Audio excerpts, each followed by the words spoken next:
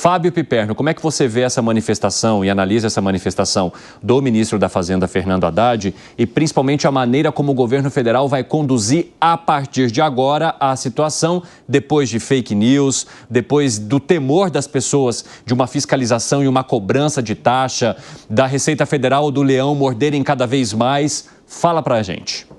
Houve mais um grave erro de comunicação. Isso nós, inclusive, falamos aqui nesses últimos dias. O que não é novidade em relação ao atual governo, é fato.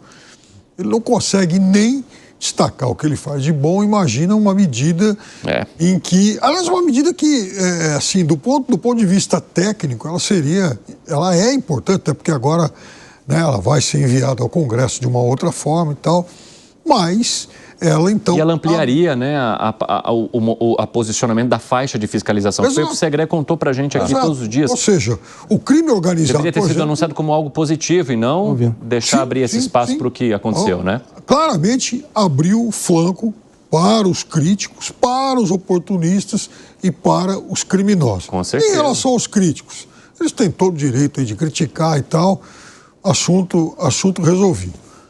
No caso dos criminosos, se é criminoso, ele tem que ser punido. E tem os mentirosos que tiraram proveito disso. Ontem mesmo eu li uma mensagem aqui, todo mundo riu aí, depois que eu contei o autor e tal. Enfim, até acabei recebendo mensagem e tal de gente que comentou isso. Mas veja, então... Você tem Só repita, Piperno, porque teve muita gente que ontem, que está hoje, que não acompanhou o programa ontem. Então, você faz uma referência...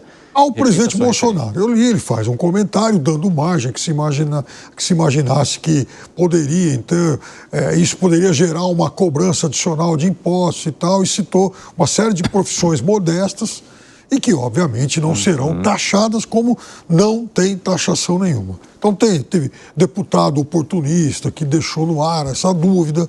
Eu vi, né, tem hoje vídeos aí circulando de religioso que em programa foi falar disso também.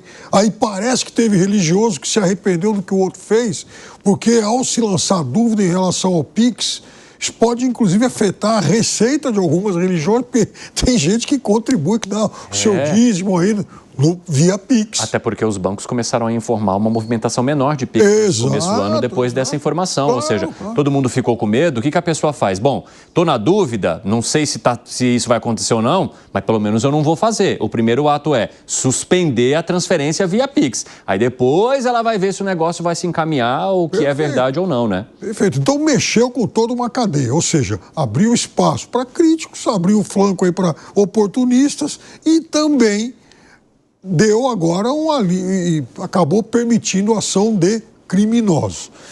Mas então, que fique a lição de que hoje em dia não basta só fazer algo que supostamente pode ser bom, tem que informar bem.